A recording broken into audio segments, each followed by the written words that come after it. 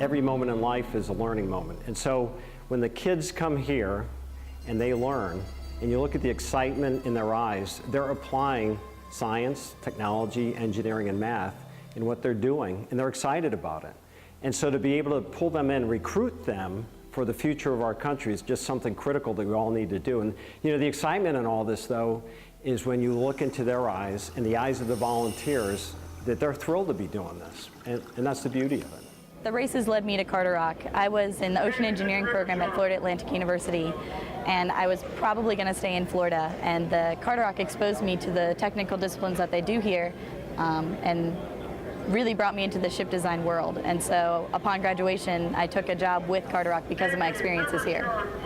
It feels really good to know that these kids that I'm talking to, and by talking to them about their troubleshooting skills and their engineering, decisions that they're making this week, that they will eventually and hopefully, come back and maybe do a career at Carter Rock, but maybe, just at least stay in the maritime industry, and that I'm maybe hopefully sparking that creativity inside of them to do so. A project like this is something where students can, at a really young age, start really putting their theoretical knowledge into practice. Set a goal, something you lock onto, something that inspires you, whether you want to be an astronaut, you want to be an ocean explorer, whether or not you want to be a mechanical engineer and doing this or that. Set a goal and go forth and do it, and you can do it.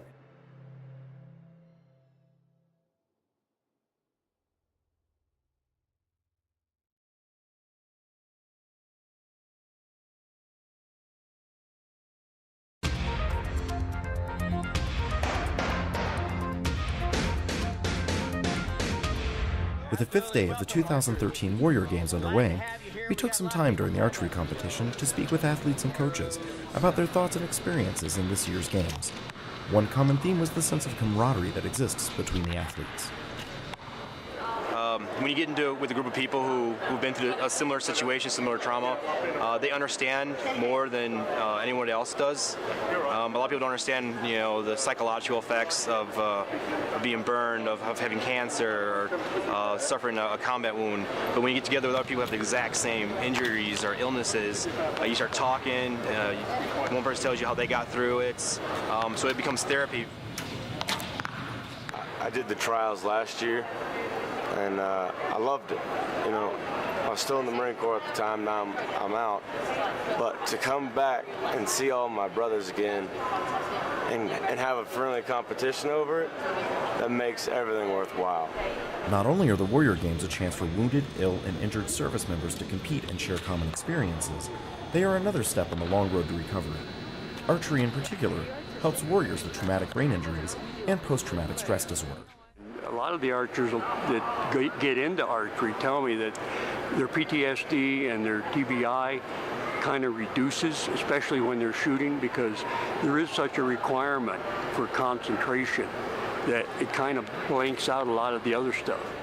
For warriors suffering from post-traumatic stress disorder or traumatic brain injuries, this ability to block out the surrounding world provides a brief respite from a condition that often dominates every aspect of their lives. From the Defense Media Activity, I'm Petty Officer Joshua Sheppard.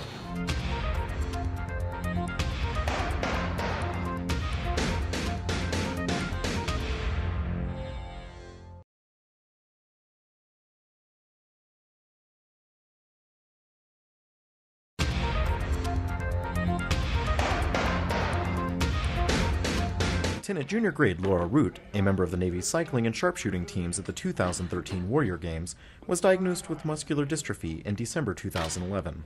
Muscular dystrophy is a progressive disorder that involves muscle weakness and loss of muscle tissue. Having a muscle illness is a little bit different from other injuries or illnesses. So you want to find a balance between staying strong, but you don't want to overdo it because that's where the damage comes in. For Root, one of the most challenging parts of competition is knowing and staying within her physical limitations. And a lot of it is mental training.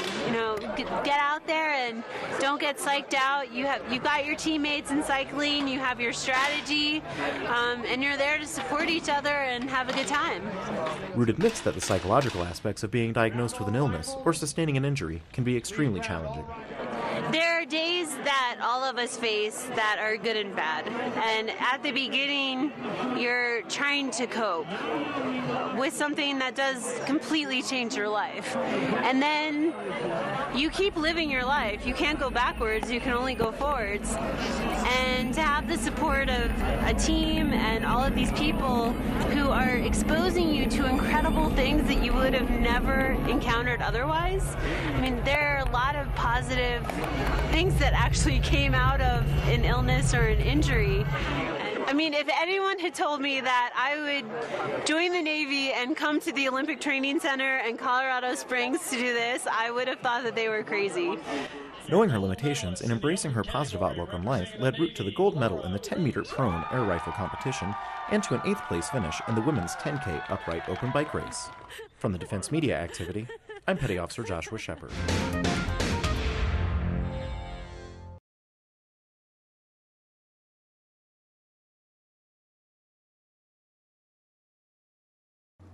We cannot begin to comprehend your loss. We know that no words we offer today are equal to the magnitude, to the depths of that loss.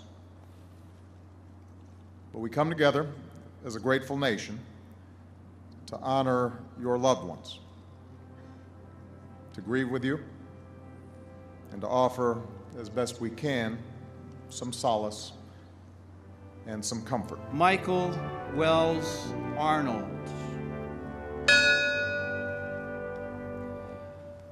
Martin John Badrag.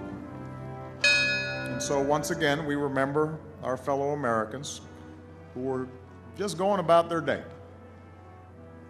doing their jobs, doing what they loved, in this case, the unheralded work that keeps our country strong and our Navy, the finest fleet in the world, these patriots doing their work that they were so proud of and who've now been taken away from us by unspeakable violence. Arthur Lee Daniels. Sylvia Renee Frazier.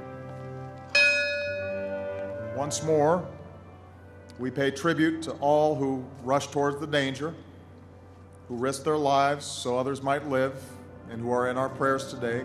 Kathleen Nargarde. John Roger Johnson. Once more, our hearts are broken. Once more, we ask why. Mary Frances Knight.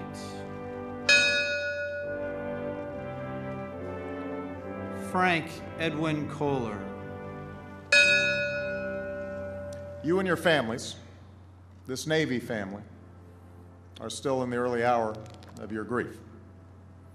And I'm here today to say that there is nothing routine about this tragedy. There's nothing routine about your loss. Your loved ones will not be forgotten. Vishnu Kisan Pandit. Kenneth Bernard Proctor.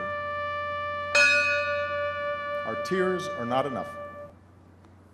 Our words and our prayers are not enough.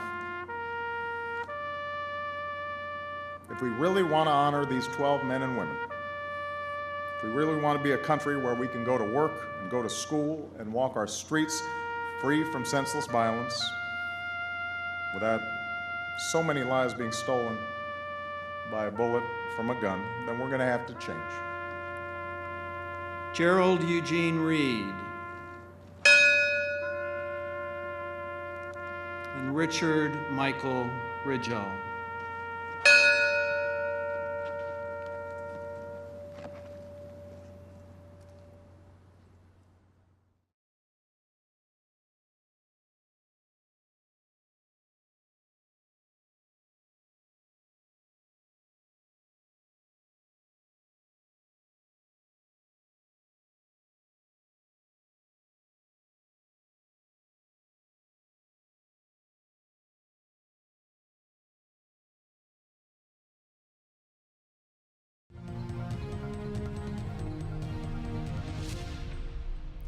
CNO and MCPON held an all-hands call October 23rd aboard the aircraft carrier USS George H.W. Bush in Norfolk. CNO touched on topics such as the successful testing of the X-47 Bravo unmanned aerial vehicle and sexual assault prevention before answering questions from the crew. To see the all-hands call, check out the video gallery section of Navy.mil. Help protect the environment and your body by participating in National Prescription Drug Take-Back Day, October 26th. During the event, TRICARE beneficiaries can bring their leftover unused medications to collection sites so they can't be misused or contaminate the environment. To find out where you can take your unused prescriptions, visit the Office of Diversion Control's website. Read more about these stories at Navy.mil. From All Hands Update, thanks for watching.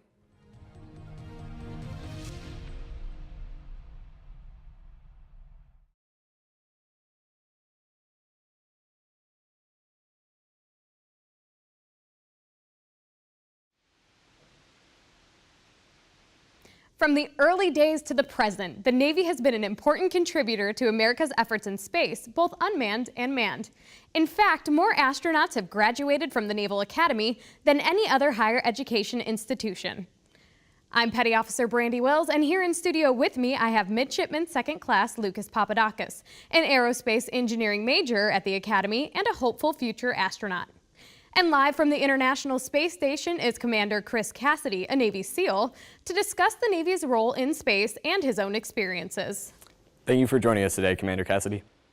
Hey, my pleasure. It's great to be with you today.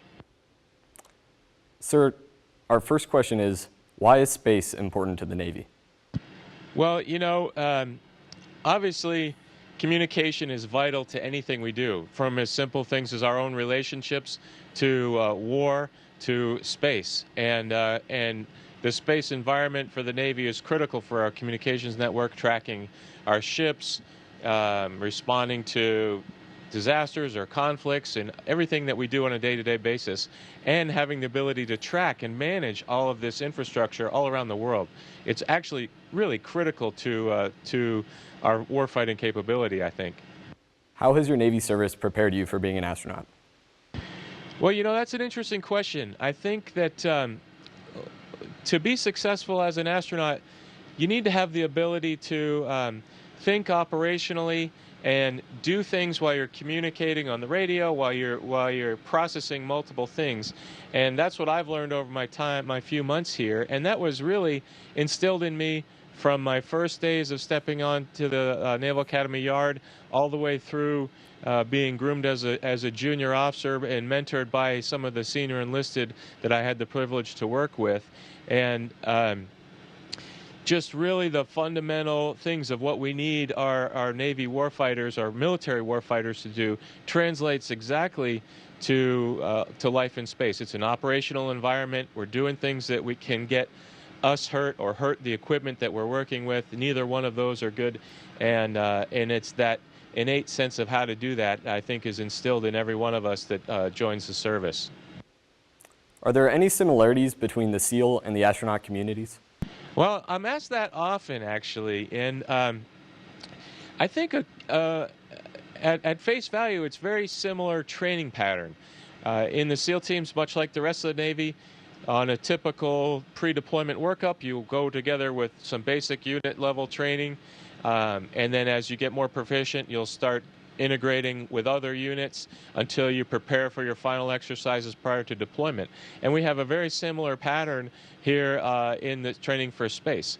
At the beginning of being assigned to a space mission, you train up on individual systems, just you and an instructor learning the wiring diagrams and how the system works, and then you build up to an integrated simulation environment where you're working with other crew members from other countries and on multiple systems at the same time, all that culminates with some exams prior to launch, and we go on our mission. We're up here for 6 months, just like on a Navy deployment is typically 6 months. So that training pattern is very similar.